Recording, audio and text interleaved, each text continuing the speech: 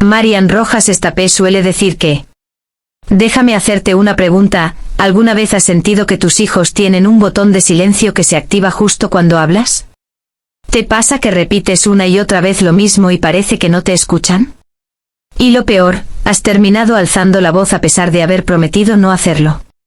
Hoy descubrirás que sí existe una forma diferente de lograr que tu hijo te obedezca sin gritos y con respeto. Hola a todos, soy Marian Rojas Estapé, y hoy hablaremos de algo que sé que te quita el sueño, te genera frustración y que probablemente experimentaste esta misma mañana antes de salir de casa, esa sensación de repetir las cosas 1, 2, 3, hasta 10 veces, y sentir que tu hijo simplemente no te escucha. Ese momento en el que pierdes la paciencia, terminas gritando y luego te sientes culpable, emocionalmente agotado y preguntándote en qué estás fallando. Lo que voy a compartir contigo en este vídeo no es magia. No es una fórmula mágica que transformará a tu hijo de la noche a la mañana. Es neurociencia. Es psiquiatría aplicada a la crianza. Se trata de entender cómo funciona el cerebro de tu hijo y sobre todo cómo funciona el tuyo. Porque hay un secreto que nadie te ha contado, el problema no es solo que tu hijo no te haga caso. El problema está en cómo te estás comunicando con su cerebro. En los próximos minutos, desmontaremos las creencias que tienes sobre la obediencia. Entenderemos por qué los gritos no funcionan desde el punto de vista neurológico y construiremos juntos una nueva forma de comunicarte con tus hijos que sea efectiva, respetuosa y que además te permitirá dormir tranquilo por las noches, sabiendo que estás educando desde la conexión y no desde el miedo. Así que ponte cómodo, porque lo que descubrirás hoy puede cambiar para siempre la relación con tus hijos. Comencemos por lo básico, entender qué ocurre en el cerebro de tu hijo cuando le gritas. Y créeme, cuando comprendas esto, entenderás por qué cada vez que alzas la voz estás consiguiendo exactamente lo contrario de lo que buscas. Imagina que el cerebro de tu hijo es como una casa de 3 plantas. En el sótano tenemos el cerebro reptiliano, que se encarga de la supervivencia básica, respirar, comer, huir del peligro. En la primera planta está el sistema límbico o el cerebro emocional, donde residen las emociones, los recuerdos emocionales y la famosa hormona del estrés, el cortisol. Y en el ático, en la parte más alta, tenemos la corteza prefrontal, el cerebro racional, donde se toman decisiones, se planifica, se reflexiona y se controlan los impulsos. Ahora bien, cuando gritas, ¿qué crees que ocurre? El cerebro de tu hijo percibe ese grito como una amenaza. Es como si sonara una alarma de incendios en toda la casa. Y cuando suena esa alarma, el cerebro emocional secreta cortisol y adrenalina. Tu hijo entra en modo supervivencia, lucha, huida o parálisis. Y esto es crucial, cuando el cerebro está inundado de cortisol, el ático de la casa, esa corteza prefrontal donde reside la capacidad de razonar, entender y reflexionar, simplemente se desconecta. Es neurológicamente imposible que tu hijo te escuche de forma racional cuando está en ese estado. ¿Qué consigues entonces con el grito? ¿Obediencia inmediata? Sí, pero no por comprensión, sino por miedo. Tu hijo deja de hacer lo que está haciendo, no porque entienda que está mal, sino porque su cerebro ha activado el modo supervivencia y necesita que esa amenaza, tú en ese momento, desaparezca. Y ahora viene la parte más delicada, cada vez que educas desde el grito, estás creando una memoria emocional negativa. El hipocampo, la estructura cerebral que almacena recuerdos, está grabando ese momento no en la parte racional, sino en la emocional. Tu hijo no recordará que tenía que recoger los juguetes, recordará cómo se sintió cuando le gritaste. Asociará tu presencia, tu voz, con ese estado de alerta y estrés. Y hay más. Los estudios en neurociencia muestran que la exposición crónica al estrés en la infancia, incluyendo los gritos frecuentes, puede modificar la estructura cerebral, afectando el desarrollo de la corteza prefrontal, precisamente la zona que necesitamos que esté fuerte para que nuestros hijos sean capaces de autorregularse, controlar sus impulsos y tomar buenas decisiones en el futuro. Ahora, déjame contarte algo que probablemente estás pensando, Marian, pero es que mi hijo solo me hace caso cuando le grito. Y tienes razón, funciona en el momento pero funciona como un torniquete en una hemorragia, detiene el sangrado ahora, pero no cura la herida. Estás consiguiendo obediencia por miedo, no por respeto. Y la diferencia entre ambas es abismal. Cuando educas desde el miedo, tu hijo aprende a obedecerte solo cuando estás presente, solo cuando hay amenaza de consecuencia. No está desarrollando esa brújula interna, esa moral propia que lo guiará cuando tú no estés. Estás criando hijos que necesitan control externo constante porque no han desarrollado el autocontrol interno. Además, los gritos tienen otra consecuencia que quizás no habías considerado: desgastan tu relación. Cada grito es como una piedrecita en la mochila de su vínculo. Al principio no pesa, pero con el tiempo esa mochila se vuelve tan pesada que la conexión emocional entre tú y tu hijo se resiente. Y cuando esa conexión se debilita, cuando tu hijo ya no siente que están en el mismo equipo, la comunicación se rompe definitivamente. Antes de continuar, permíteme pedirte algo que ayudará enormemente a que este contenido llegue a más familias que lo necesitan. Si lo que estás escuchando tiene sentido para ti, si estás empezando a ver tu forma de educar desde otra perspectiva, te pido que le des me gusta a este vídeo y te suscribas al canal. No es solo un clic. Tu forma de decirme que este contenido te está ayudando y que quieres seguir aprendiendo sobre cómo criar desde la calma y la conexión. Además, tu me gusta ayuda a que YouTube muestre este vídeo a otros padres que están pasando por lo mismo que tú. Así que si crees que esto puede ayudar a alguien, compártelo. Sigamos. Ahora que entendemos por qué los gritos no funcionan, necesito que comprendas algo fundamental: tu hijo no te está desafiando personalmente. Su cerebro todavía está en construcción, y eso explica muchísimas de las conductas que te desesperan.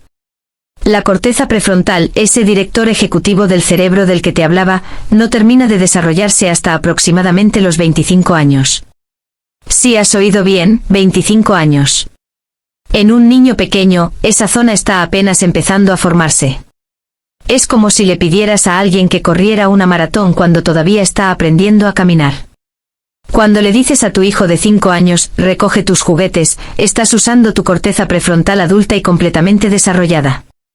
Tú puedes planificar, organizar la tarea en pasos, anticipar las consecuencias de no hacerlo, motivarte internamente incluso cuando no te apetece.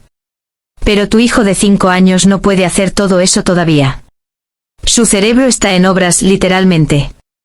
Los niños menores de 7 u 8 años viven principalmente en el aquí y ahora. Su lóbulo prefrontal no tiene la capacidad todavía de anticipar el futuro con claridad ni de frenar impulsos con efectividad. Por eso cuando le dices, si no recoges ahora, luego no habrá tiempo de ver dibujos, para él ese luego es un concepto abstracto, casi inexistente. Lo que existe es el ahora, y en el ahora está su juego, que le produce dopamina, placer, disfrute.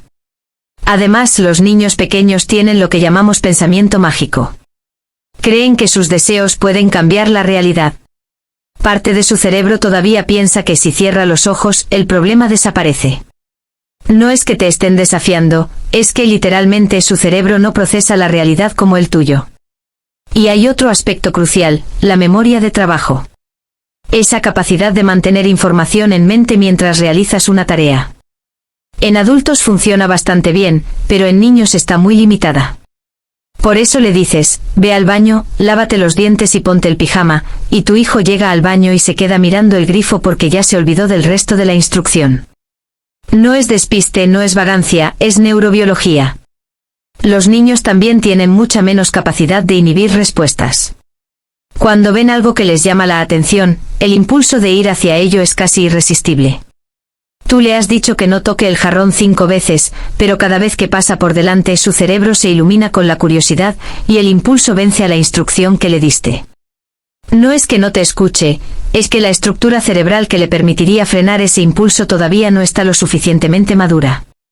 Ahora bien, esto no significa que no debamos educar, que dejemos que hagan lo que quieran porque su cerebro no está preparado.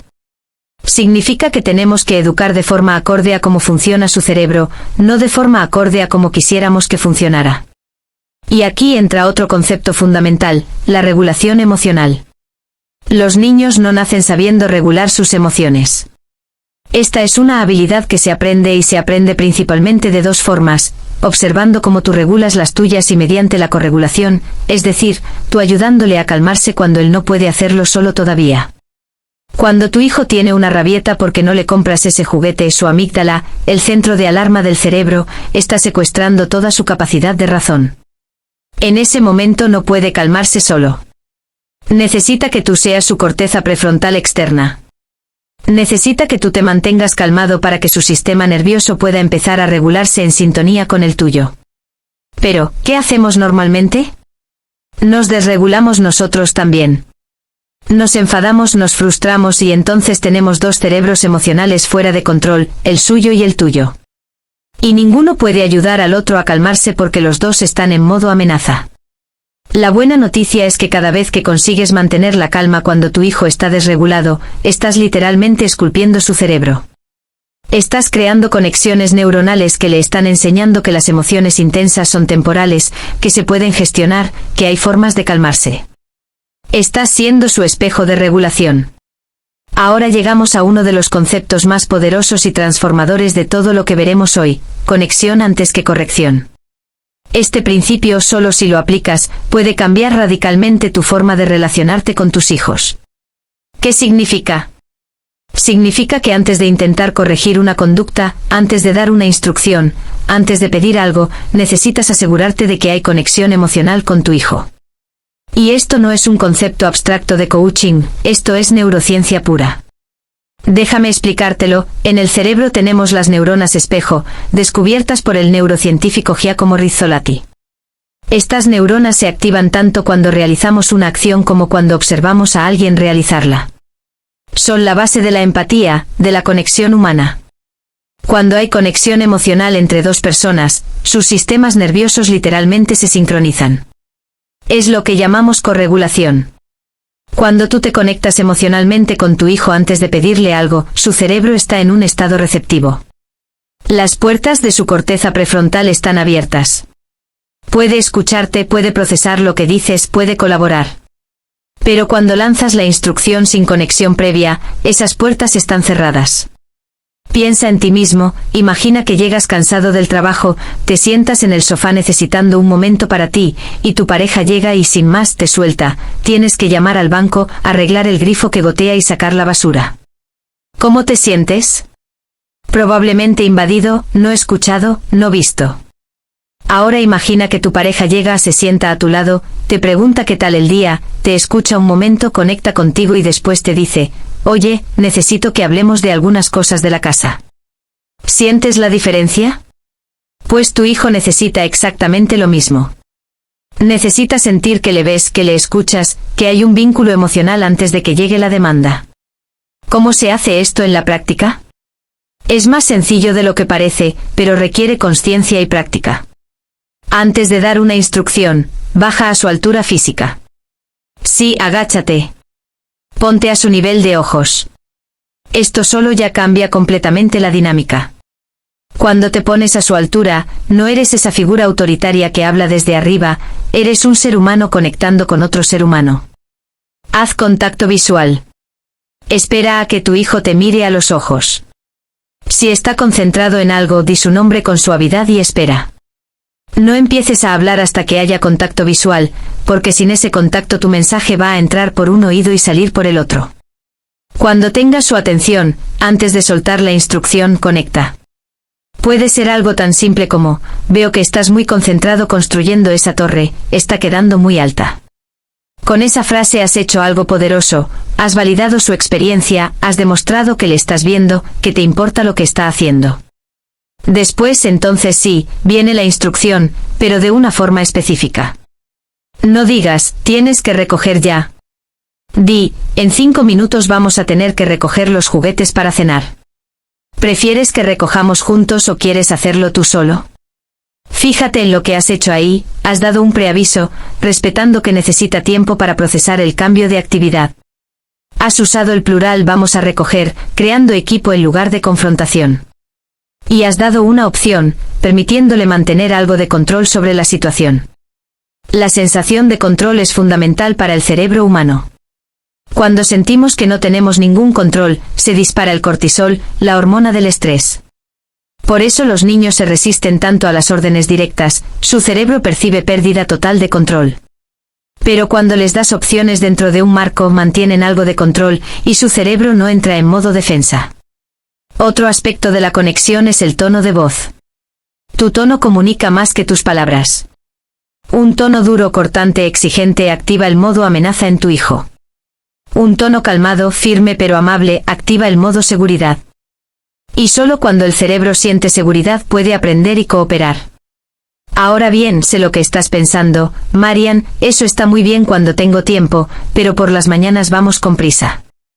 No puedo estar 5 minutos conectando antes de cada instrucción. Y tienes razón. Por eso la conexión no es algo que haces solo en momentos puntuales, es algo que construyes de forma constante. Los famosos 5 minutos al día de conexión individual con cada hijo, sin pantallas, sin distracciones, solo tú y él haciendo lo que él quiere hacer, son como recargar la batería de la conexión. Esos 5 minutos hacen que el resto del día tu hijo esté mucho más receptivo porque su tanque emocional está lleno. Porque aquí hay una verdad incómoda, muchas veces los niños no nos hacen caso precisamente porque están buscando conexión de la forma que saben. La conducta desafiante muchas veces es un grito de mírame, conéctate conmigo.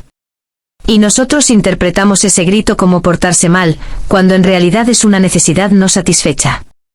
Piénsalo, cuando tu hijo ha tenido un día en el que han jugado juntos, han reído, ha sentido tu presencia plena y amorosa, ¿no notas que por la noche la rutina fluye mejor? ¿Qué está más colaborador? No es casualidad que su sistema nervioso está regulado, su tanque emocional está lleno, y desde ahí puede darte lo mejor de sí mismo. Ahora vamos a algo muy práctico porque una cosa es entender la teoría y otra muy distinta es saber aplicarla en el día a día. Vamos a hablar de cómo dar instrucciones que realmente funcionen. La mayoría de las instrucciones que damos a nuestros hijos están condenadas al fracaso desde el momento en que salen de nuestra boca. Y no es porque nuestros hijos sean desobedientes, es porque las instrucciones están formuladas de una manera que el cerebro infantil no puede procesar eficazmente. Primera regla, instrucciones en positivo. El cerebro tiene una enorme dificultad para procesar negaciones. Cuando dices no corras, el cerebro primero tiene que imaginar correr para después intentar suprimir esa imagen. Es un proceso complejo. Pero si dices camina despacio, el cerebro tiene una imagen clara y directa de qué hacer. Haz la prueba ahora mismo, no pienses en un elefante rosa. ¿Qué ha pasado? ¿Has pensado en un elefante rosa? Así funciona nuestro cerebro. Por eso cuando le dices a tu hijo no grites, no pegues, no toques, su cerebro está procesando precisamente esas acciones. Cambia las instrucciones, en lugar de no corras, di camina. En lugar de no grites, di habla bajito. En lugar de no pegues a tu hermano, di manos suaves con tu hermano. ¿Ves la diferencia? Le estás diciendo qué hacer en lugar de qué no hacer. Segunda regla, instrucciones específicas y concretas. Pórtate bien no es una instrucción, es un concepto abstracto. ¿Qué significa portarse bien? Para ti puede significar estar sentado en silencio, para tu hijo puede significar simplemente no romper nada. Son conceptos distintos.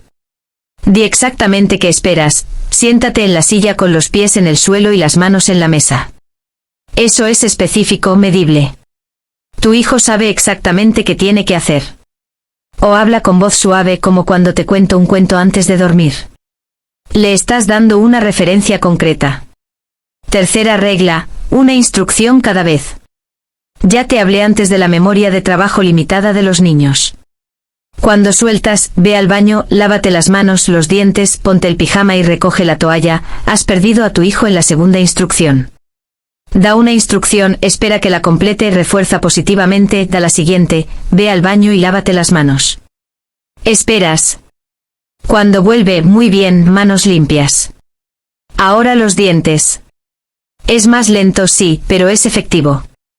Y con el tiempo, cuando su cerebro madure, podrá encadenar varias acciones, pero ahora no está preparado. Cuarta regla, instrucciones cuando tiene su atención. Ya lo mencioné antes, pero es tan importante que necesito insistir. Gritar instrucciones desde otra habitación mientras tu hijo está concentrado en otra cosa es completamente inútil. Su cerebro no va a registrar tu mensaje. Ve dónde está. Espera a tener contacto visual.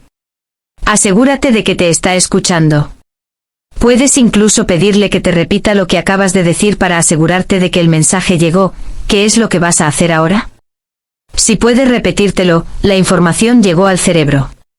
Si no puede, necesitas repetir de nuevo con más claridad. Quinta regla, el tono importa tanto como las palabras. Una instrucción dicha con tono de exasperación, irritación o enfado dispara las alarmas en el cerebro de tu hijo.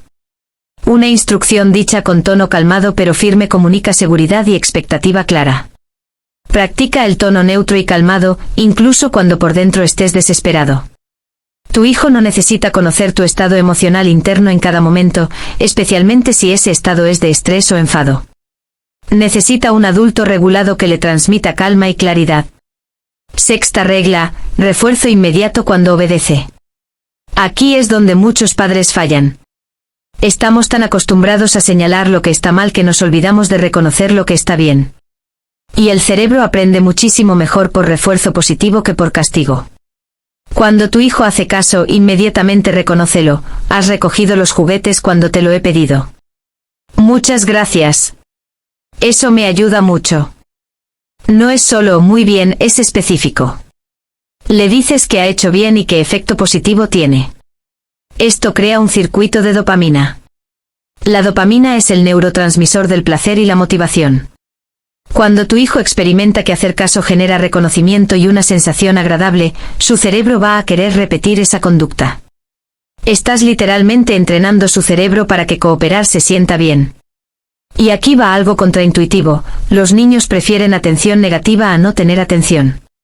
Si la única forma en que consiguen tu atención es portándose mal, van a portarse mal. Pero si obtienen atención, conexión y reconocimiento cuando cooperan, van a cooperar más. Por eso es tan importante pescar a tu hijo haciendo las cosas bien. Está jugando tranquilo, te acercas y le dices: me encanta lo concentrado que estás. Se ve que disfrutas mucho construyendo. Está comiendo sin quejas, le dices: gracias por estar sentado tranquilo en la comida. Así podemos disfrutar todos juntos. Estás reforzando conductas positivas. Y ahora llegamos a un punto que genera mucha confusión: los límites. Porque todo lo que te he contado hasta ahora puede sonar a crianza permisiva, a dejar que el niño haga lo que quiera para no estresarlo. Y no es eso en absoluto. Los niños necesitan límites. No los necesitan porque nosotros lo digamos, los necesitan porque su cerebro está programado para buscar estructura, seguridad y previsibilidad. Un niño sin límites es un niño ansioso, porque el mundo se vuelve caótico, impredecible e inseguro. Los límites son como las barandillas de un puente: no están ahí para fastidiar, están ahí para permitirte cruzar con seguridad. Tu hijo necesita saber dónde están las barandillas para poder explorar el mundo con confianza. Pero aquí está el matiz crucial: hay una diferencia abismal entre límites firmes y límites duros. Los límites firmes se sostienen con calma, con seguridad, con amor. Los límites duros se imponen con gritos, con enfado, con castigos desproporcionados. La firmeza amable es el equilibrio perfecto. Es ese punto en el que eres claro, consistente y seguro en tus límites, pero los mantienes sin perder la conexión emocional con tu hijo. Es decir, no con amor. ¿Cómo se ve esto en la práctica? Imagina que tu hijo quiere comer dulces antes de cenar. Desde la firmeza dura dirías: ya te he dicho que no. Siempre estás igual, nunca haces caso. Pues ahora no hay dulces en toda la semana. Hay enfado, hay castigo, hay desconexión.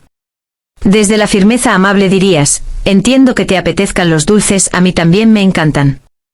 Y vamos a comerlos después de cenar. Ahora necesitas comer comida que nutre tu cuerpo. ¿Prefieres empezar por el pollo o por las verduras? Hay validación emocional, hay límite claro, hay conexión, hay opción dentro del marco. Fíjate en los componentes de la firmeza amable: validación, entiendo que te apetezcan los dulces. No estás diciendo que está mal sentir eso. Estás reconociendo su emoción. Esto es crucial porque cuando un niño se siente comprendido, su sistema nervioso se calma. Límite claro: vamos a comerlos después de cenar. No es quizás, no es ya veremos, es claro y definitivo. Tu hijo necesita esa claridad. Razón breve: ahora necesitas comer comida que nutre tu cuerpo. No es un sermón, es una explicación corta y comprensible. Redirección con opción: ¿prefieres empezar por el pollo o por las verduras? Le estás dando algo de control dentro del marco que has establecido. Los límites son más efectivos cuando son consistentes. Si hoy dices que no a los dulces antes de cenar, pero mañana, porque estás cansado, dices que sí, el cerebro de tu hijo se confunde, no sabe qué esperar. Y cuando el cerebro no sabe qué esperar, se estresa y va a testar constantemente el límite para ver si hoy es un día de sí o un día de no. Por eso la consistencia es una forma de amor, no es rigidez, es previsibilidad. Tu hijo sabe qué esperar, y eso le da seguridad. Obviamente habrá excepciones, la vida no es rígida. Pero esas excepciones tienen que ser eso, excepciones, no la norma variable. También es importante que los límites sean apropiados a la edad. No puedes esperar que un niño de 3 años esté sentado quieto 1 hora, su cerebro no está diseñado para eso. Pero sí puedes esperar que permanezca sentado durante la comida, unos 15 o 20 minutos. Conoce el desarrollo evolutivo de tu hijo y ajusta tus expectativas. Y cuando tu hijo traspasa un límite, que lo va a hacer, porque es parte del desarrollo normal testar límites, mantén la calma. El límite se sostiene igual, pero sin drama, veo que has tirado el agua al suelo. El agua va en el vaso, no en el suelo. Vamos a limpiar juntos. Hay consecuencia natural. Aprende pero sin vergüenza, sin humillación.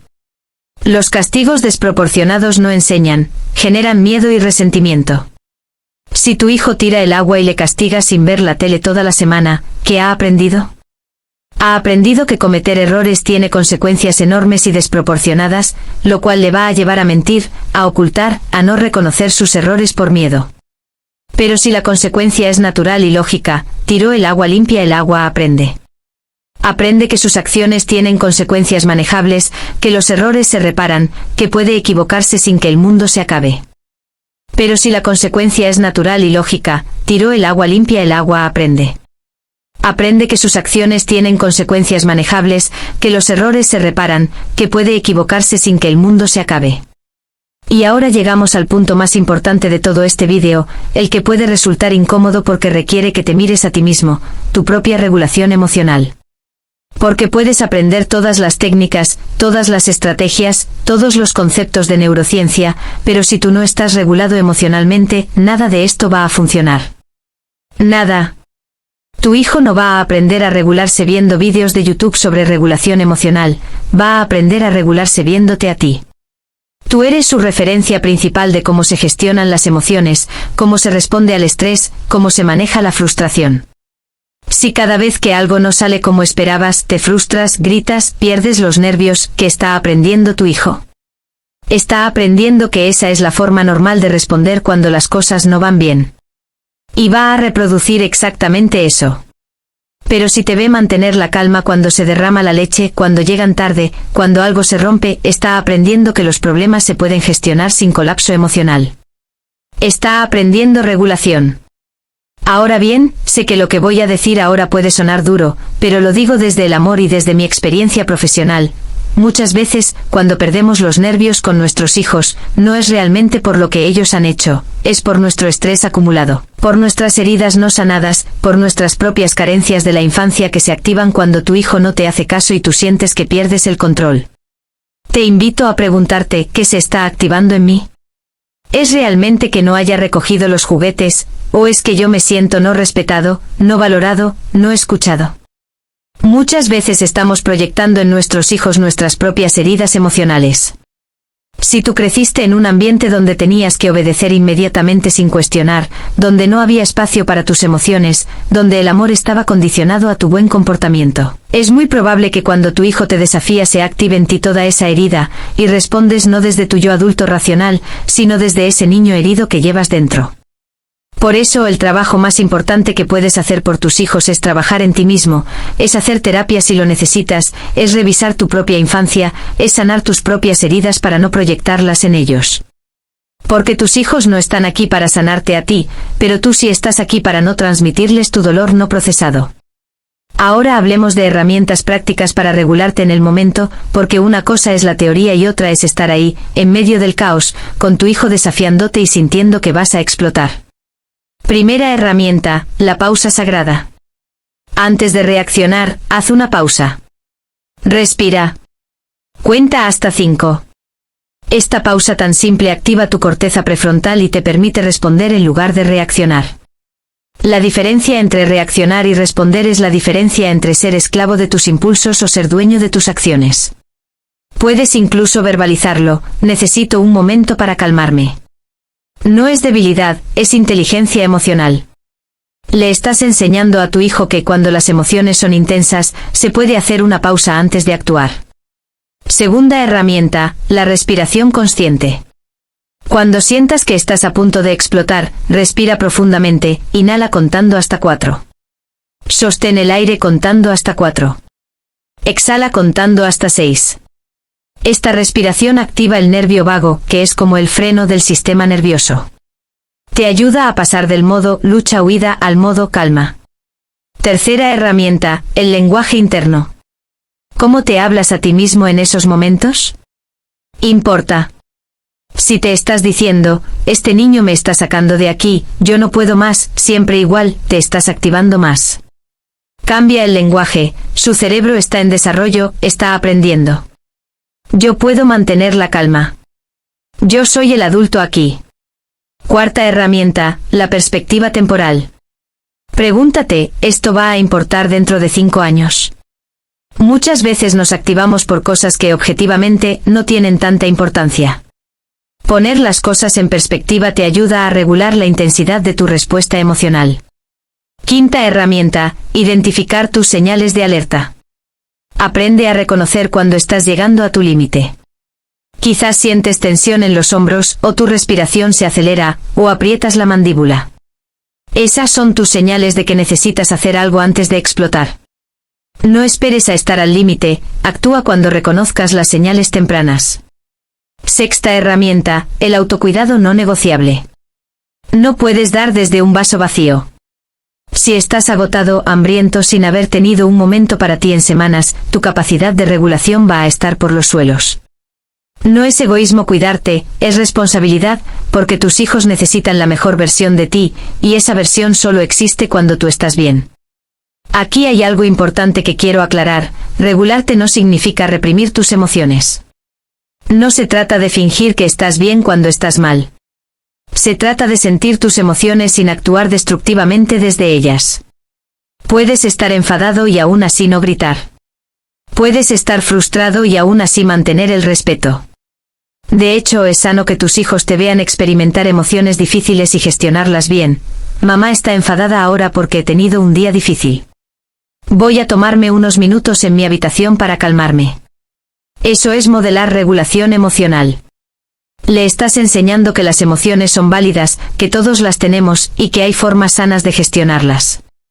Hablemos ahora de algo que genera mucha confusión en los padres, la diferencia entre consecuencias y castigos. Porque muchos padres me dicen, Marian, si no castigo, mi hijo no aprende. Y yo les respondo, tienes razón, sin consecuencias no hay aprendizaje. Pero hay una diferencia enorme entre consecuencias educativas y castigos punitivos. Un castigo está diseñado para hacer sufrir. Su objetivo es que el niño pase un mal rato para que aprenda la lección. El problema es que el sufrimiento no enseña, solo genera miedo o resentimiento. Cuando castigas quitándole algo que tu hijo ama porque no recogió sus juguetes, lo único que